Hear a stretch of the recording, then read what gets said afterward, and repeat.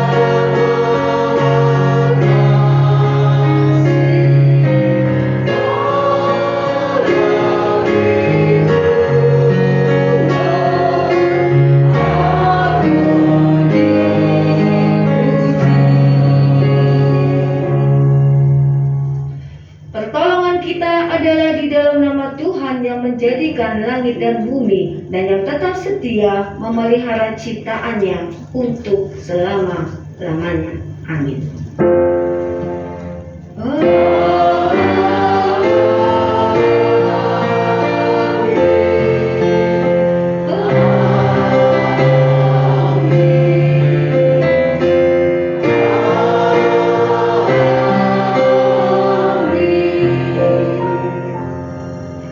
Kasih karunia dan damai sejahtera dari Allah Bapa kita dan Tuhan Yesus Kristus akan menyertai saudara sekalian. Tuhan Yesus beserta kita semua.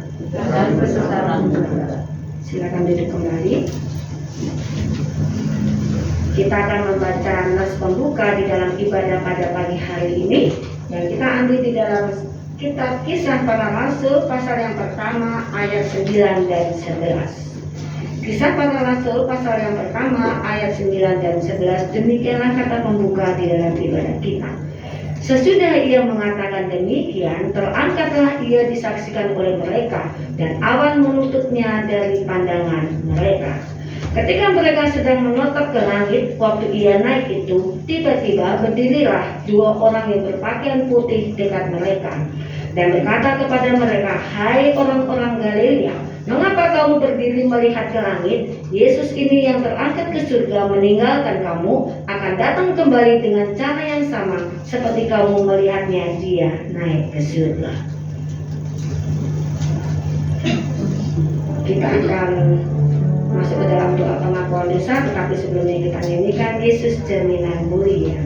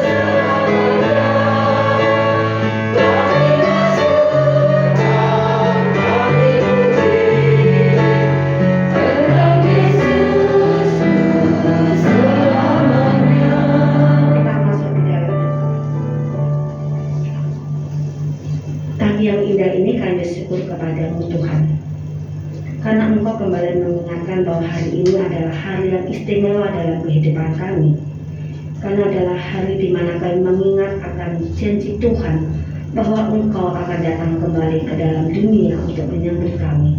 Tetapi sebelumnya Engkau harus kembali ke rumah Bapa di surga. Kami bersyukur untuk hari ini, dalam segala kesibukan kami, dalam segala kepenatan kami, kelelahan kami, entah apalah alasan kami, tetapi Engkau menarik kami pada pagi ini untuk datang beribadah kepada Tuhan. Kami bersyukur untuk semua kebaikan dan kemurahan itu ya Tuhan. Ampunilah akan segala dosa dan juga setiap pelanggaran kami yang telah mengecewakan hati sesama kami, bahkan diri kami sendiri terutama hati Tuhan. Ampuni, kuduskan dan sucikan hidup kami ya Tuhan, supaya kami boleh layak beribadah kepada Tuhan pada pagi ini. Dan kami mempersilahkan ibadah ini seutuhnya ke dalam tangan Tuhan, dan biarlah kami boleh diberkati di dalam firman Tuhan, di dalam pujian, dan apapun yang kami lakukan di dalam ibadah hari ini. Di dalam nama Tuhan Yesus kami berdoa. Amin.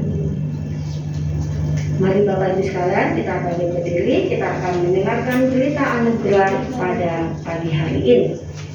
Berita anugerah diambil di dalam kitab Efesus pasal yang pertama ayat 22 dan 23, demikian bunyinya. Dan segala sesuatu telah diletakkan di bawah kaki Kristus, dan dia telah diberikannya kepada jemaat sebagai kepala dari segala yang ada. Jemaat yang adalah tubuhnya, yaitu kepenuhan Dia yang memenuhi semua dan segala sesuatu. Demikianlah berita anugerah dari Tuhan.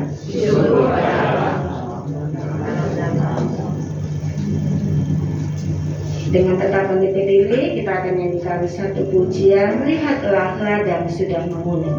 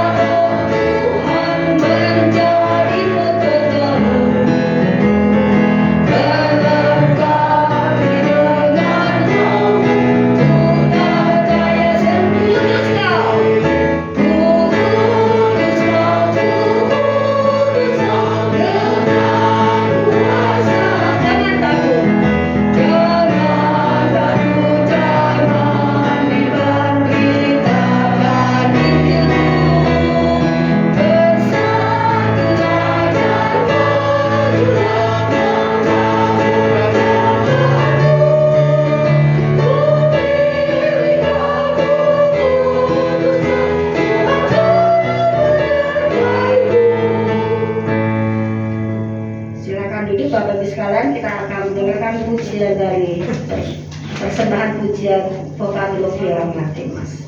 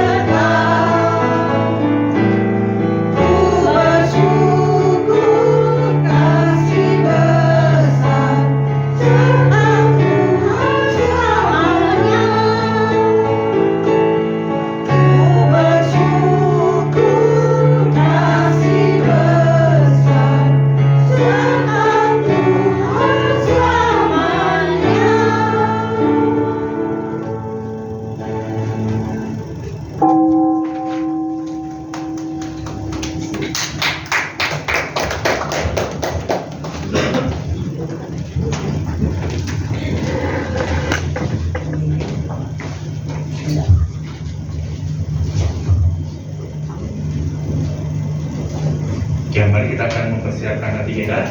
Sebelum firman Tuhan diberitakan pada pagi hari ini, kita akan berdoa. Kami bersyukur Bapa Surgawi, pagi ini kami bisa hadir kembali di rumah Tuhan, khususnya ketika kami memperingati kembali hari kenaikan Tuhan Yesus ke surga. Kami bersyukur tahun ini kami bisa mendapatkan kesempatan itu untuk merayakan bersama-sama hari kenaikan ini. Tuhan, sesaat lagi kami mau mendengar apa yang mau Tuhan katakan melalui pemberitaan firman-Mu. Engkau berbicaralah kepada kami telah siap untuk mendengarkannya. Di dalam nama Tuhan Yesus kami berdoa dan mengucap syukur. Amin. Kita akan membuka bersama-sama kitab kita dari Injil Lukas pasal yang ke-24. Injil Lukas pasal yang ke-24 ayat yang ke-44 sampai ayat yang ke-53. Saya akan membacakan nats firman Tuhan ini. Injil Lukas pasal yang ke-24 ayat 44 sampai 53. Saya akan membacakan, jadi jemaat silakan untuk menyimaknya, membuka Alkitabnya, atau mendengarkan pembacaan firman Tuhan ini. Ia berkata kepada mereka, "Inilah perkataanku yang telah kukatakan kepadamu ketika aku masih bersama-sama dengan kamu, yakni bahwa harus digenapi semua yang ada tertulis tentang aku dalam kitab Taurat Musa dan kitab Nabi-Nabi dan kitab Mazmur." Lalu ia membuka pikiran mereka sehingga mereka mengerti kitab suci. Katanya kepada mereka, "Ada tertulis demikian Mesias harus menderita dan bangkit dari antara orang mati pada hari yang ketiga. Dan lagi dalam namanya berita tentang pertobatan dan pengampunan dosa harus disampaikan kepada segala bangsa mulai dari Yerusalem. Kamu adalah saksi dari semuanya ini. Dan aku akan mengirim kepadamu apa yang dijanjikan Bapakku. Tetapi kamu harus tinggal di dalam kota ini sampai kamu diperlengkapi dengan kekuasaan dari tempat tinggi."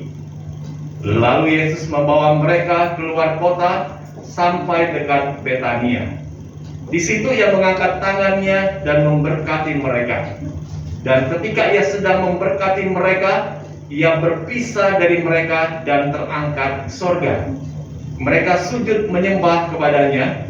Lalu mereka pulang ke Yerusalem dengan sangat bersukacita. Mereka senantiasa berada di dalam bait Allah dan memuliakan Allah. Demikianlah firman Tuhan yang berbahagia kita yang membaca firman Tuhan, merenungkan dan yang melakukan firman itu dalam hidup kita. Haleluya.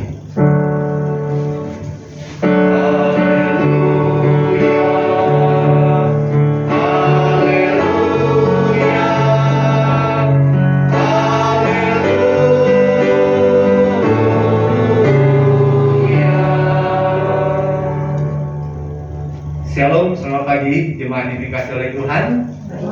Hari ini kita bersyukur kita bisa berkumpul bersama-sama kembali di rumah Tuhan untuk memperingati hari kenaikan Tuhan Yesus ke surga.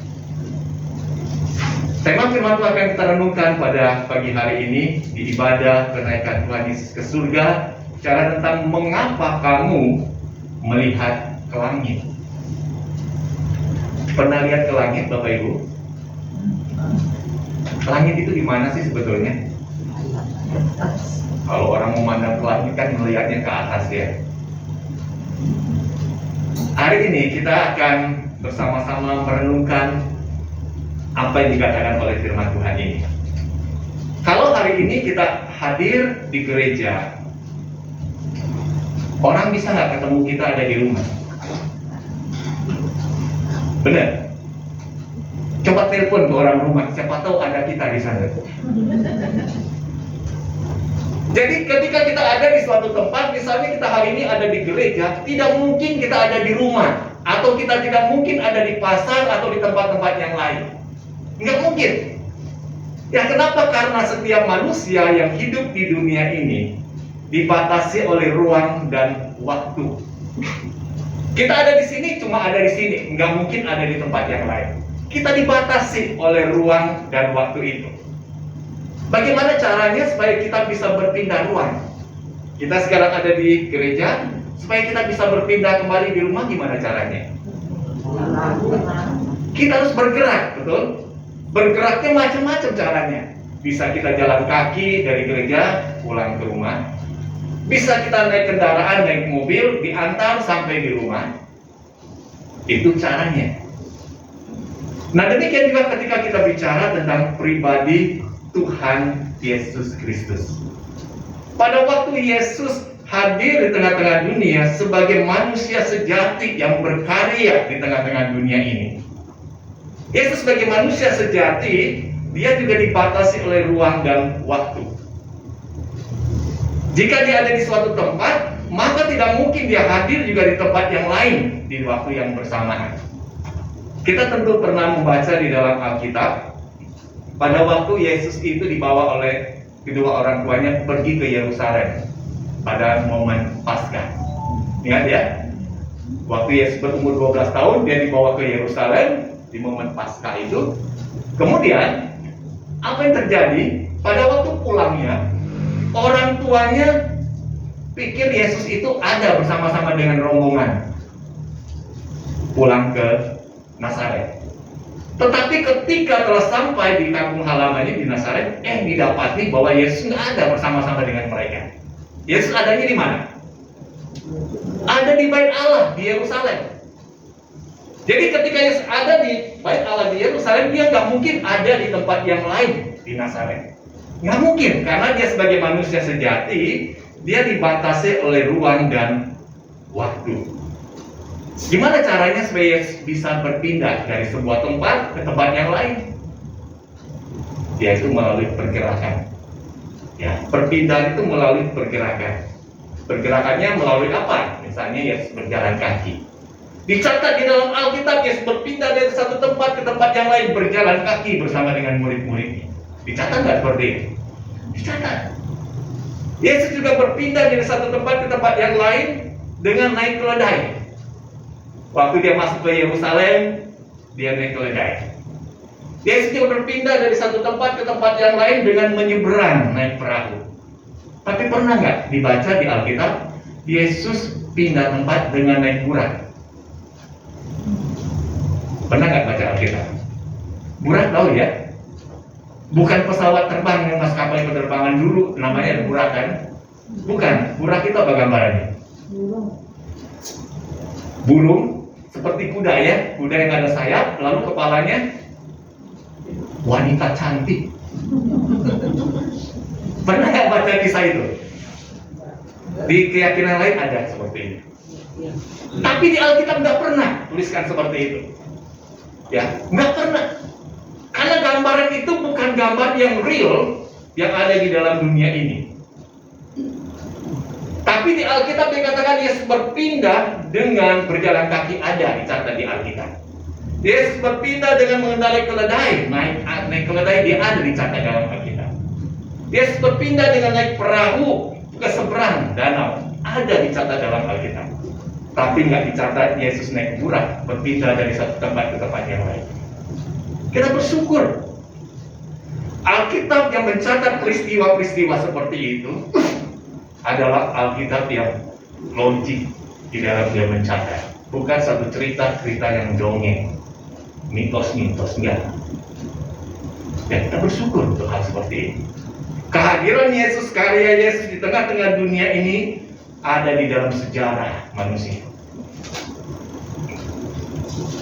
Hal yang berbeda ketika Yesus sudah bangkit dari kematian. Yesus tidak lagi dibatasi oleh ruang dan waktu.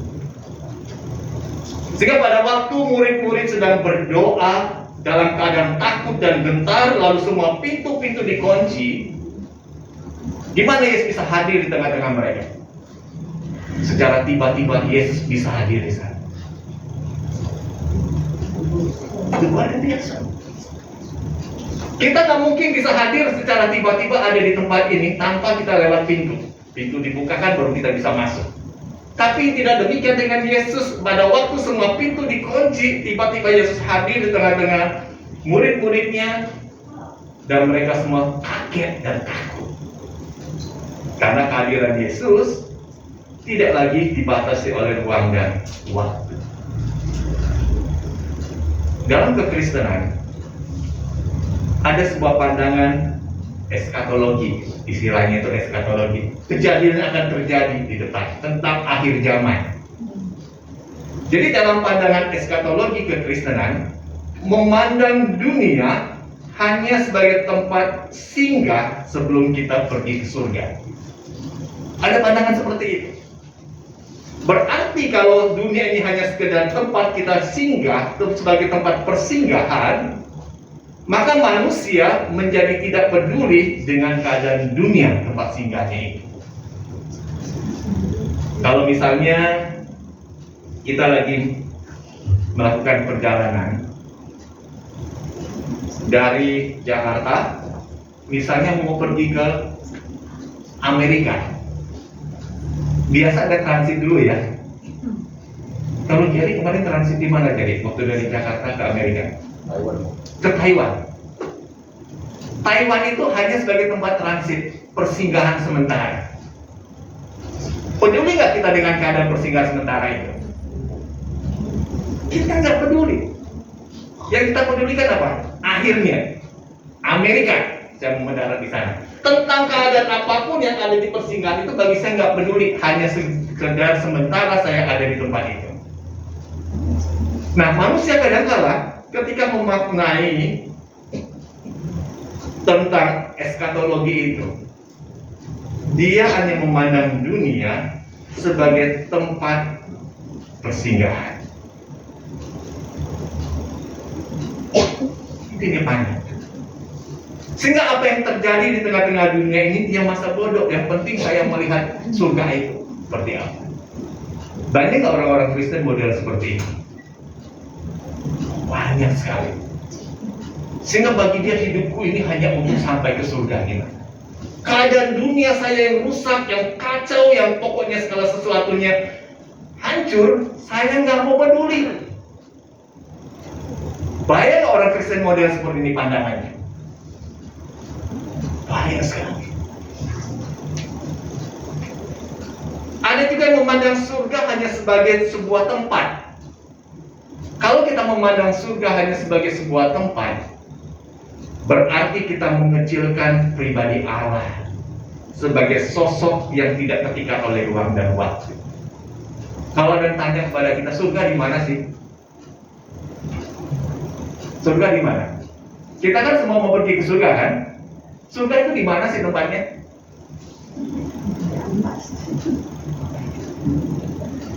Nah, jangan sampai kita memaknai tentang surga itu sebuah tempat. Karena kalau kita memaknai surga sebuah tempat, berarti Allah itu dibatasi ruang dan waktu lagi.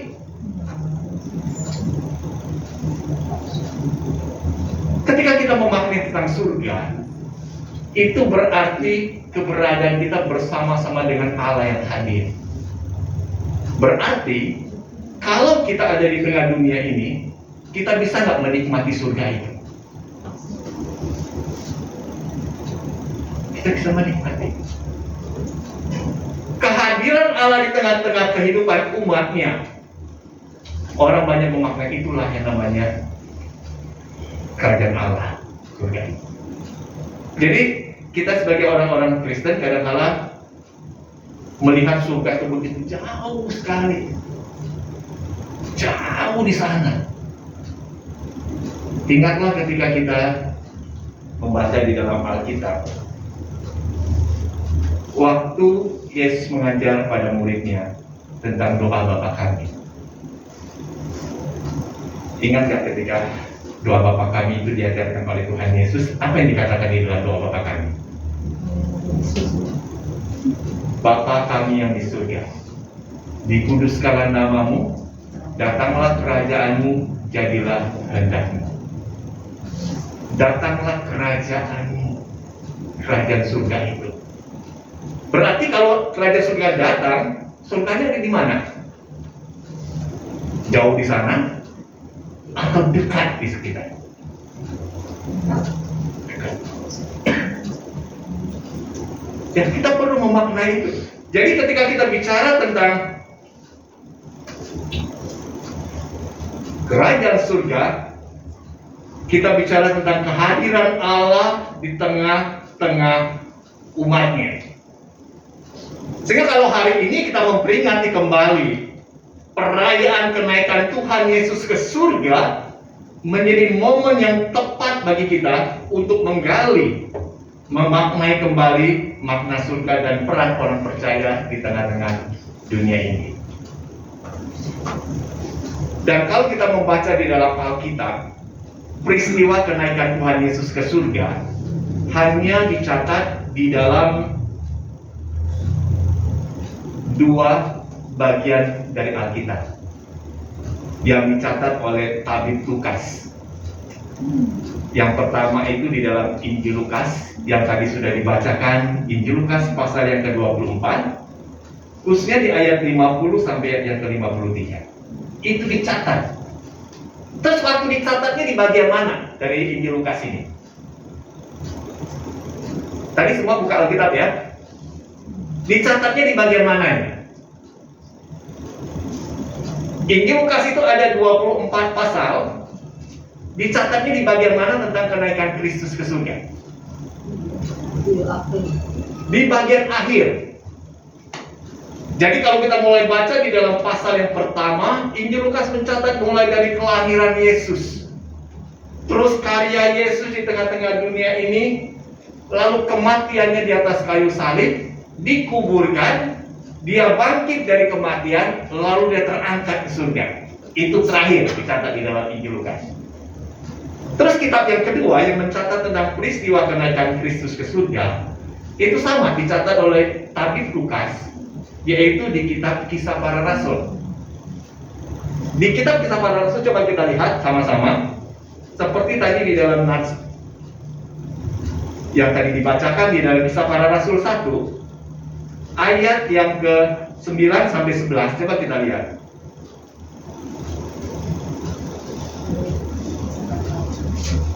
Jadi ketika sudah mulai pendahuluan, Roh Kudus sudah dijadikan, lalu mulai di ayat yang ke-6 sampai ayat yang ke-11 mencatat tentang kenaikan Tuhan Yesus ke surga.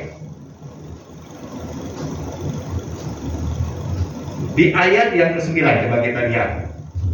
Sesudah ia mengatakan demikian, terangkatlah ia, disaksikan oleh mereka, dan awan menutupnya dari pandangan mereka. Yesus yang terangkat ke surga, Anda nggak yang menyaksikannya? Ada. Berarti ini peristiwa sejarah bukan? Atau cuma mimpi doang? Peristiwa sejarah yang terjadi di tengah-tengah dunia ini dan disaksikan oleh banyak orang. Berarti ini sangat peristiwanya. Sangat. Ibu Ling-Ling, misalnya suatu kali ini temennya datang cerita sama Ibu Ling-Ling.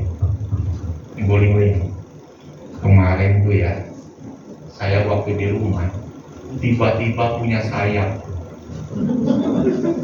Saya lagi di rumah punya sayap, saya bisa terbang. Terbang kemana? Ke puncaknya Monas. Ibu Ling-Ling tanyakan kepada temannya ini, waktu kamu terbang dengan punya sayap ke puncak Monas, ada nggak yang lihat kamu? Kok dia bilang, nggak ada yang lihat saya, cuma saya sendiri aja merasa seperti itu. Berarti ini peristiwa sejarah bukan di Ibu Ling-Ling? Bukan teler dia. Lagi mimpi, betul kan? Orang kalau lagi mimpi bisa berkhayal macam-macam. Mau terbang, mau apa, terserah dia. Tapi nggak ada yang menyaksikan peristiwa itu. Tapi peristiwa Yesus terangkat ke surga disaksikan oleh banyak saksi. Dia terangkat. Dan di dalam Kisah Para Rasul ini, peristiwa terangkat Yesus ke surga ditulis di awal surat Kisah Para Rasul. Itu dicatat. Jadi sebagai pembuka dari surat ini sampai pada akhirnya dalam kehidupan gereja yang bergumul untuk memberitakan karya keselamatan Allah di tengah-tengah dunia ini. Dan yang menarik kalau kita membaca melihat apa yang dicatat di dalam Injil Lukas tadi, sebelum Yesus terangkat ke surga, Yesus kan mengajar banyak hal kepada para muridnya. Coba kita perhatikan ya. Kita perhatikan mulai dari ayat ke-44 sampai nanti di ayat yang ke-49. Apa yang Yesus ajarkan kepada para muridnya ini? Dia ceritakan tentang kitab suci, kitab Musa, kitab para nabi, dan kitab Mazmur. Lalu karena keterbatasan pikiran mereka untuk memahami itu, ayat 45 dikatakan ia membuka pikiran mereka sehingga mereka mengerti kitab suci. Jadi kita mengerti kitab suci bukanlah perkara mudah kalau kita hanya mengandalkan kehebatan kita sendiri. Ya, kita ini terbatas loh pikiran kita. Bapak Ibu masih suka baca kitab suci nggak ya, Alkitab ini? Masih suka baca? Ibu Sucian masih suka baca Alkitab? Masih suka ya baca ya? Ngerti nggak ya waktu dibaca kitab itu? Ada yang ngerti, ada yang enggak. Ada yang ngerti, ada yang enggak. Nah, sebelum kita baca Alkitab, kita perlu berdoa. Untuk apa sih doa sih sebetulnya? Minta Tuhan bukakan pikiran saya untuk saya bisa mengerti apa yang saya baca dari kitab suci ini. Karena banyak hal yang ditulis dalam kitab suci, kita terbatas untuk bisa mengerti dan memahami. Termasuk para murid pada waktu itu. Yesus cerita banyak hal tentang kitab suci itu, kitab para nabi, kitab Taurat, kitab para nabi, kitab Musa, ya, kitab Mazmur. Tapi karena pikiran mereka tertutup, sulit mengerti. Tapi ketika Yesus membuka pikiran mereka, mereka bisa mengerti kitab suci. Lalu dituliskan apa yang Yesus harapkan dilakukan oleh para muridnya ketika perpisahan itu akan terjadi. Ayat yang ke-47. Dan lagi dalam namanya, yaitu nama Yesus, berita tentang pertobatan dan pengampunan dosa harus disampaikan kepada segala bangsa mulai dari Yerusalem. Terus menyebar nanti ke Yudea, Samaria sampai ke ujung bumi. Ya, tadi seperti kita nonton videonya, video singkat. Pada waktu Yesus memberikan perintah kepada para muridnya, mereka harus menjadi saksi menceritakan tentang Yesus itu. Mereka menjadi saksi-saksi Yesus di tengah-tengah dunia ini. Nah, baru saja Yesus menyampaikan perintah ini, mengutus mereka untuk berkarya di tengah-tengah dunia, tapi justru yang terjadi pada diri murid-muridnya, mereka sibuk menatap atau memandangi langit ketika Yesus itu terangkat. Mereka sibuk, seperti terpesona, karena belum pernah mereka melihat peristiwa seperti itu. Apa yang terjadi saat mereka sedang memandang ke langit itu? Kita melihat kepada Kisah Para Rasul karena ini berhubungan dari Injil Lukas, terus lompat ke Kisah Para Rasul. Kita lihat Kisah Para Rasul pasal yang pertama.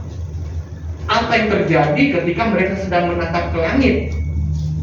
Kisah Para Rasul pasal 1 ayat yang ke-10. Apa yang dicatat dalam Alkitab ini?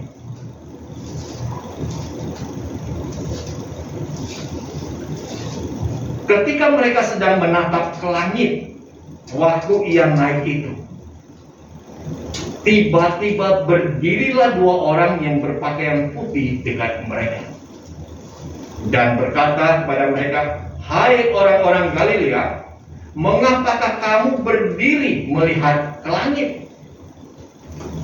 Jadi mereka terpesona. Biasa ya manusia ya, kalau kita lihat sesuatu yang wah, kita gampang terpesona. Kalau udah terpesona, bisa lupa nggak tugas kita itu apa? Bisa lupa. Kita bisa melalaikan tugas itu ketika melihat sesuatu yang mempesona. Nah, para murid juga mengalami seperti ini. Jadi mereka itu terpesona dengan surga Sampai mereka lupa tentang tugas yang Tuhan Yesus berikan untuk mereka menjadi saksi Yesus di tengah-tengah dunia ini. Jangan-jangan kita sama loh sebagai umat Tuhan zaman sekarang ini. Kita sibuk bicara tentang surga. Surga semuanya pokoknya. Sampai urusan dunia kita lalaikan. Apa itu sih yang Tuhan mau dalam hidup kita? Nah, Yesus sudah kembali terangkat ke surga. Tapi dia janji dia akan datang kembali. Datangnya kemana? Dia kan sudah ke surga kan? Yesus janji akan datang kembali. Datangnya kemana?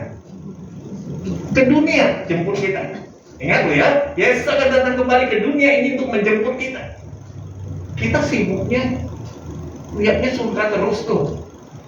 Apa-apa surga. Apa-apa surga. Kalau kita sibuk soal bicara tentang surga, urusan-urusan yang harus kita kerjakan di dunia pada akhirnya kita lalaikan itu. Para murid mengalami situasi seperti ini. Mereka begitu terpesona dengan surga, dengan terus menatap langit. Mereka lupa tugas yang diberikan oleh Yesus untuk menjadi saksinya di seluruh dunia ini. Sehingga perlu diingatkan oleh penampakan dua orang yang berpakaian putih. Kira-kira siapa ini dua orang ini ya? Malaikat Tuhan ya. Tiba-tiba loh dikatakan. Tiba-tiba dua orang yang berpakaian putih menampakkan diri kepada mereka. Lalu bertanya, mengapa kamu melihat ke langit? Ini menjadi tema kita hari ini. Mengapa kamu melihat ke langit? Kenapa? Mengapa alasannya? Boleh tak sih bicara tentang surga sebetulnya? Boleh. Tapi jangan terus-terusan kita berfokus ke sana. Karena kita masih diberikan anugerah oleh Tuhan untuk ada di dunia ini. Jadi kenapa mereka ditegur oleh dua orang yang berpakaian putih pada saat mereka melihat ke langit? Karena mereka sudah begitu terpesona pada surga dan pandangannya hanya tertuju kepada surga yang sebagai tempat tujuan akhir, sehingga membuat umat Tuhan itu lupa akan dunia, lupa akan tugas-tugasnya di dunia. Yesus menghadirkan kita untuk ada di dunia ini, untuk menjadi saksi Kristus di dalamnya. Keadaan dunia semakin lama semakin baiknya kondisinya. Suka memandang nggak ya? Melihat nggak keadaan sekeliling kita seperti apa sekarang ini? Atau udah nggak memandang lagi?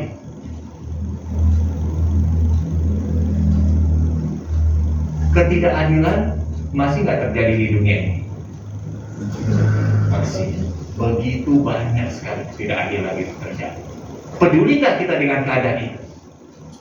Atau kita bilang nggak apa-apa, mau terjadi ketidakadilan masa bodoh, yang penting saya lihat surga.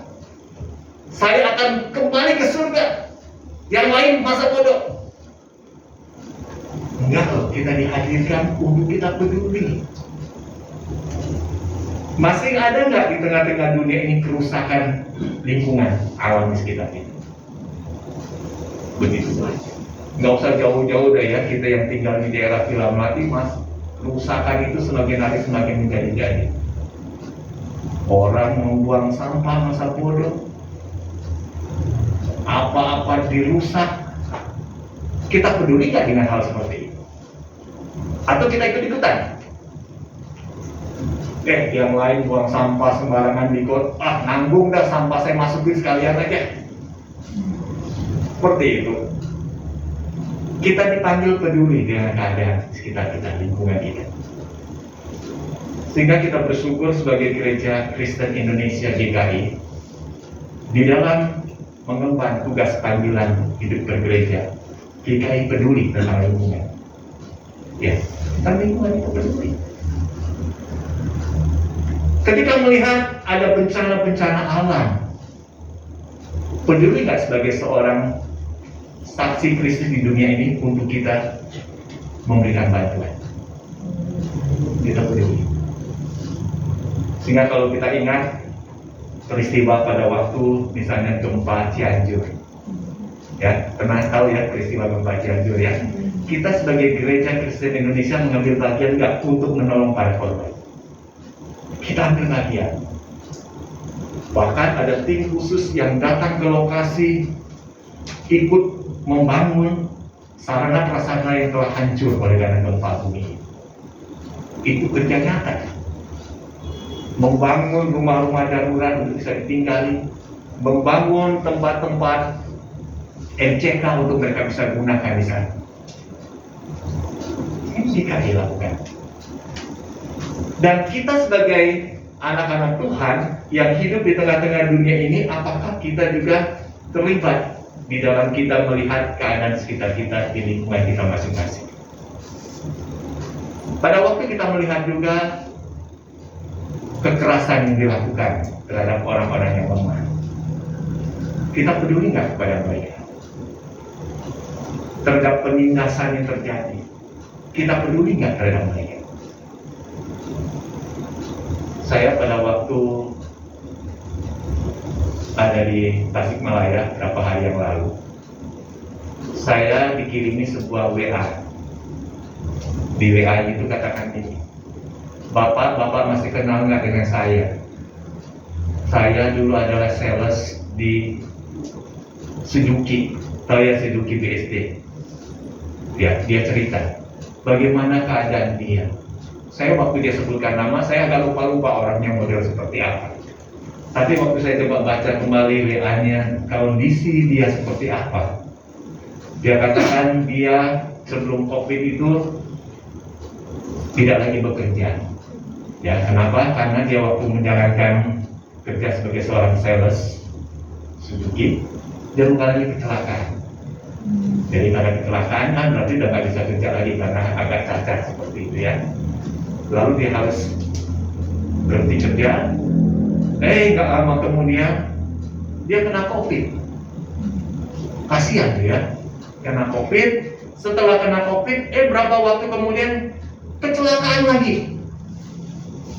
Jadi dia katakan keadaan saya sangat susah sekali.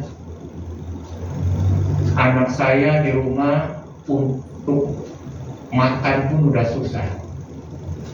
Untuk minum susu kental manis pun nggak ada uang lagi. Dia merengek-rengek. Sampai saya nggak tega dengan tangisan dia itu. Lalu dia bilang, Bapak bisa nggak tolong saya? Kita kalau misalnya dapat WA seperti itu, kita lakukan apa sih? Wah, ini bohong, ini nipu saya kali. Nggak semua orang ngirim-ngirim WA gitu, itu penipuan, nggak semua. Ya, bisa jadi dia ingat siapa orang yang dulu pernah dia temui. Siapa tahu orang ini bisa membantu. Dia katakan gini, bisa nggak tolong saya? Baik, saya pengen tahu, Bapak tinggalnya di mana? Bisa nggak tolong kirimkan atau share log lokasi Bapak tinggal? Dia kirim tuh. Kalau di share log itu kan bisa kita tahu ya lokasi tinggalnya seperti apa lingkungan sekitar ya. Saya lihat, waduh, minim banget tuh. Saya lihat di Google Map, minim banget tempat tinggal. Lalu saya katakan, Bapak, hari ini masih ada uang nggak untuk beli sembako? Nggak ada lagi, habis loh saya. Anak saya lagi nangis, minta kalau Bapak punya kental manis saja bisa nggak tolong kasih saya? Saya bilang saya ada di luar kota sekarang ini, ada di Tasikmalaya. Nanti kalau sekali waktu saya ada di daerah Curug, dia ada di Curug, saya akan mampir ke sana. Tapi sekarang ini saya mau Bapak bisa ada makanan. Bisa nggak tolong infoin nomor rekening dan saya transfer? Dia infoin namanya siapa, saya kirim lagi. Jadi bagi saya ketika melihat peristiwa-peristiwa seperti itu, kita dihadirkan untuk boleh menyatakan panggilan kita itu. Banyak nggak orang-orang muda seperti itu di sekitar kita? Banyak. Banyak sekali. Jadi ketika kita hadir, ketika hari ini kita memperingati peristiwa kenaikan Kristus ke surga, Yesus sudah tidak lagi dibatasi ruang dan waktu. Dia bisa berada dimanapun, di segala tempat dan di segala apa. Dia hadir. Dan ketika dia terangkat ke surga, dia memberikan mandat kepada setiap kita orang percaya. Jangan lagi engkau sibuk memandang terus ke surga, bicara surga terus, engkau lihat ke bawah dunia di sekitarmu ini. Engkau dipanggil hadir dengan dia untuk peduli dengan keadaan dunia ini. Kita bukan peduli dunia dengan kesenangan-kesenangannya yang membawa kita kepada kehancuran hidup dalam dosa. Bukan itu. Tapi kita dihadirkan untuk peduli bagaimana keadaan dunia di sekitar kita. Banyak orang-orang yang membutuhkan uluran tangan kita untuk kita bisa membagi kasih. Jadi hari ini biarlah melalui momen kita memperingati hari kenaikan Kristus ke surga,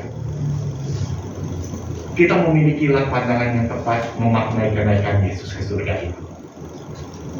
Bukanlah sekedar perpindahan tempat dari dunia ke tempat lain, melainkan sebuah tindakan ilahi yang melampaui ruang dan waktu. Dengan kenaikan Yesus ke surga, dia tidak lagi dibatasi oleh ruang dan waktu. Dia bisa hadir di segala abad dan tempat. Yang kedua yang perlu saya tekankan bahwa tanggung jawab para rasul pada waktu itu dan gereja Tuhan di dunia ini dihadirkan di tengah dunia ini untuk menghadirkan kerajaan Allah itu di bumi. Melalui apa kita menghadirkan kerajaan Allah? Melalui kehidupan kita. Umat tidak hanya terus memandang surga, terus menatap ke langit melihat surga itu idaman setiap kita. Bukan. Kita sudah diberikan sebuah kepastian itu kehidupan kekal bersama dengan Bapa. Kalau udah dapat kepastian, perlu nggak kita terus menghayal, ada enak ya ke sana ya, terus memandang terus ke sana terus, apa seperti itu? Kalau Bapak Ibu punya uang deposito 1 miliar, pernah nggak punya uang 1 miliar di deposito? Nah ya, terus apa yang mau dilakukan dengan uang itu? Itu kan uang milik kita nih. Tiap hari perlu nggak dipandangin terus uangnya? Waduh, 1 miliar, 1 miliar, 1 miliar, lama-lama gila kita. Betul kan? Harusnya apa kita lakukan? Uang ini bisa saya pergunakan untuk apa buat hidup saya? Setiap kita sudah mendapatkan kepastian jaminan surga, iya, amin. Tapi kita jangan terus berfokus, saya mau terus surga, surga, surga. Tapi lihatlah ke bawah, ke dunia ini. Umat tidak hanya terus memandang ke langit, tapi melupakan tugas tanggung jawabnya di bumi ini, di dunia ini. Tapi dia harus peduli dengan keadaan dunia. Dia berperan serta menghadirkan kerajaan Allah di dunia ini. Sehingga melalui kehidupan kita bisa memuliakan nama Tuhan. Itu Tuhan inginkan setiap umat. Ya, jadi biarlah melalui momen hari kenaikan ini, mari kita bersama-sama merefleksi diri. Sudahkah saya mengambil bagian sebagai wujud kepedulian saya untuk keadaan di sekitar saya di dunia ini?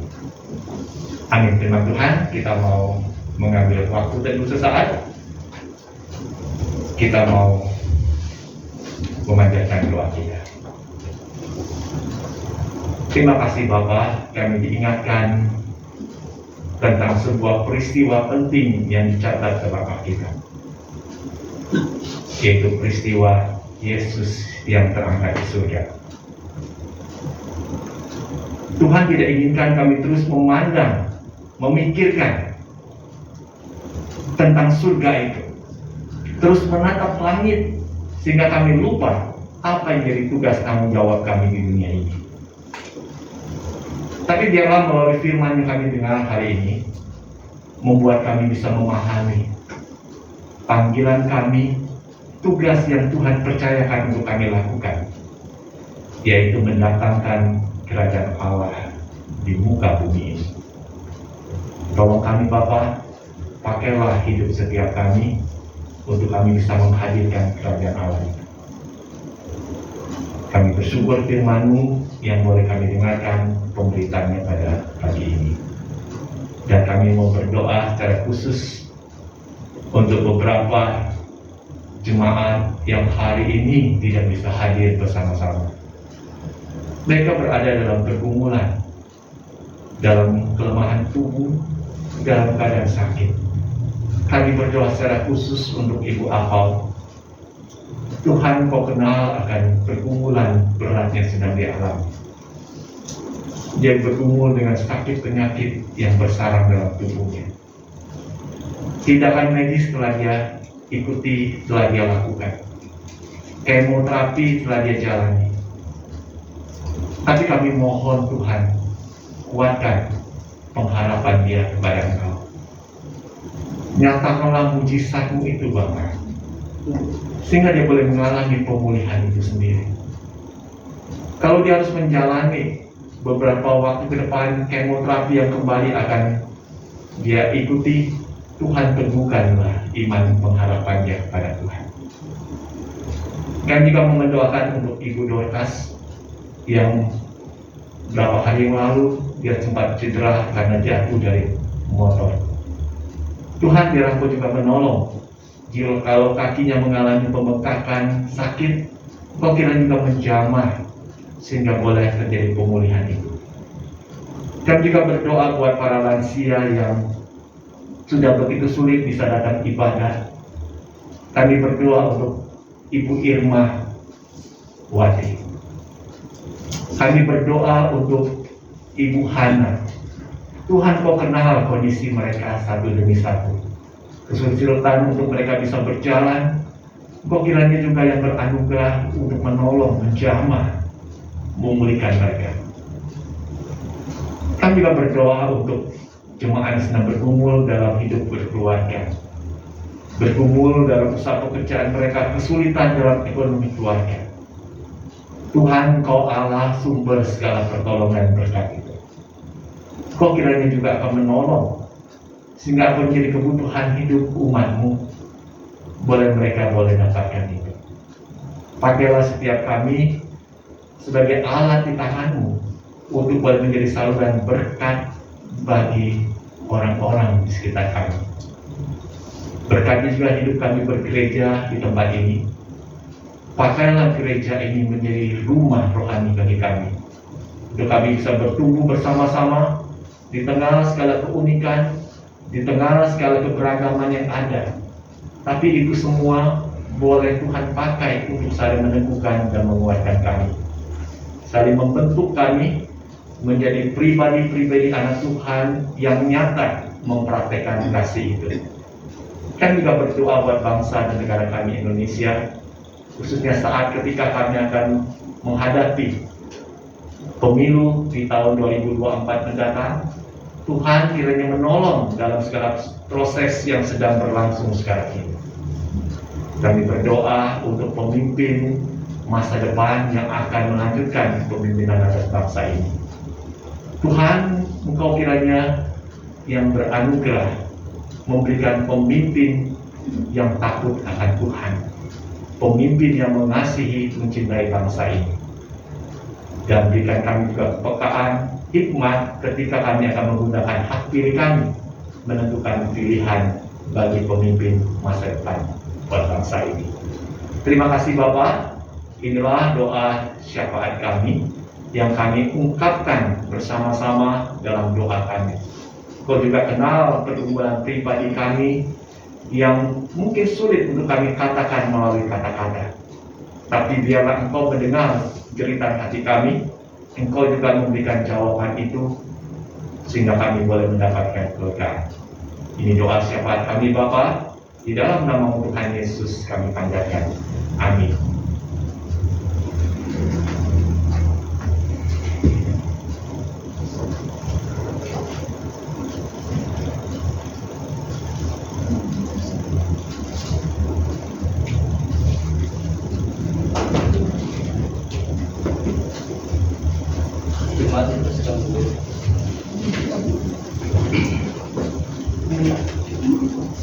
Marilah kita bersama dengan umat Allah di masa lalu, masa kini, dan masa depan, mengingat pengakuan pada baptisan kita menurut pengakuan iman Rasul.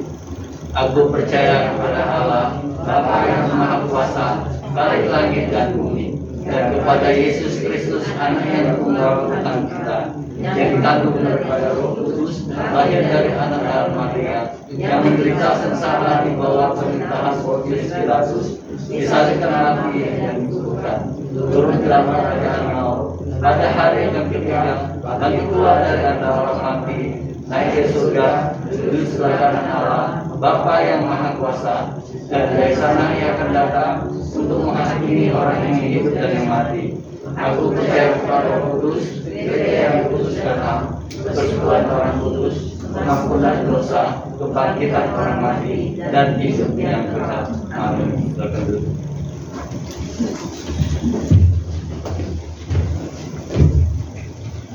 Mari Bapak Ibu sekalian, kita akan mempersiapkan hati kita untuk memberikan persembahan.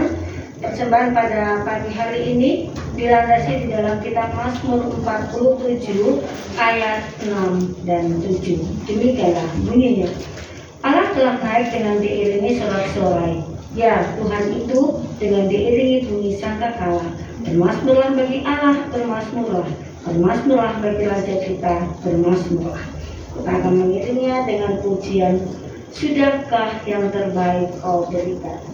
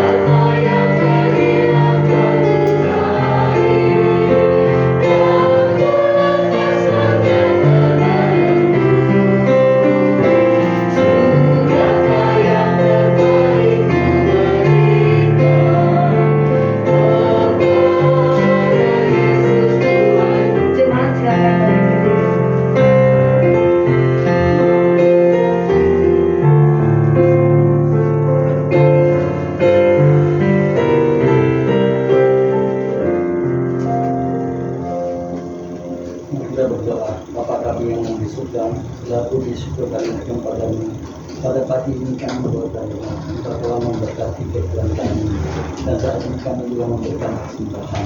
Berkatilah tangan yang memberi, berkatilah tangan yang menolong, semua dapat dipakai untuk meluaskan kerajaan menguasai gereja kami. Terima kasih Bapak, kami serahkan semua dalam tangan-Mu. Kami naikkan doa syukurnya hanya di dalam satu nama Tuhan kami Yesus Kristus. Amin. Kita akan mengakhiri ibadah kita dengan lagu pengutusan. Kuutus kau.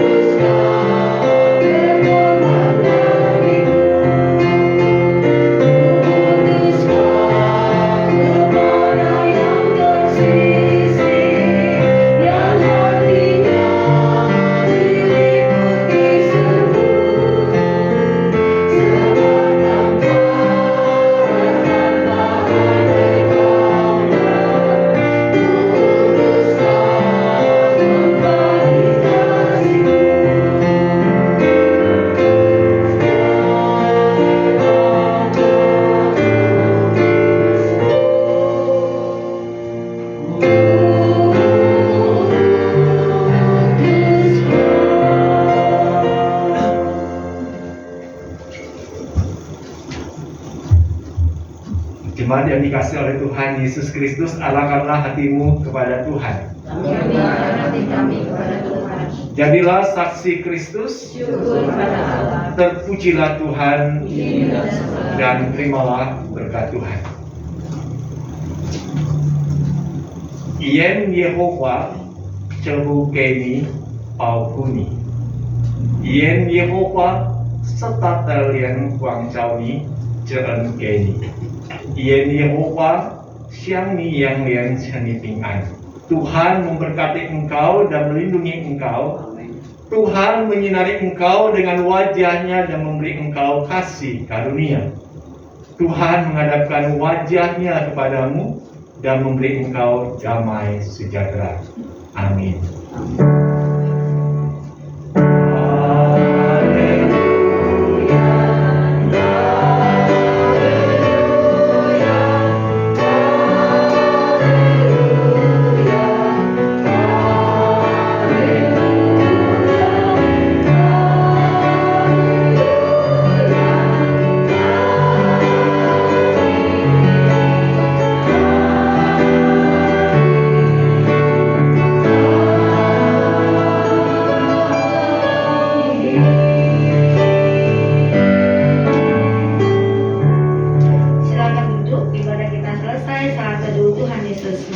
Bapak Ibu sekalian saudara.